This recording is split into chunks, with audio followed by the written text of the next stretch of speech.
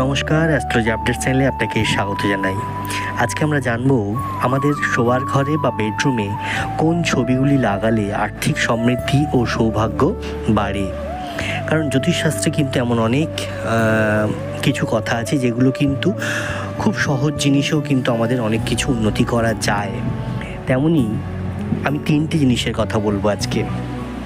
1, 7টা ঘোড়ার ছবি ঘরের দক্ষিণ দিকে লাগাও, কর্মে সাফল্য আসবেই কিন্তু। জোড়া হংস বা জোড়া হাঁসের ছবি জলে খেলছে বেডরুমের দক্ষিণ পশ্চিম দিকে লাগাও, তাহলে স্বামী স্ত্রীর সম্পর্ক কিন্তু ভালো হবে। ময়ূরের ছবি দক্ষিণ দিকে লাগান, তাহলে সৌভাগ্যের অধিকারী হবেন। এই সব কিছুর ফলেই কিন্তু আর্থিক সমৃদ্ধি এবং সৌভাগ্য বাড়বে।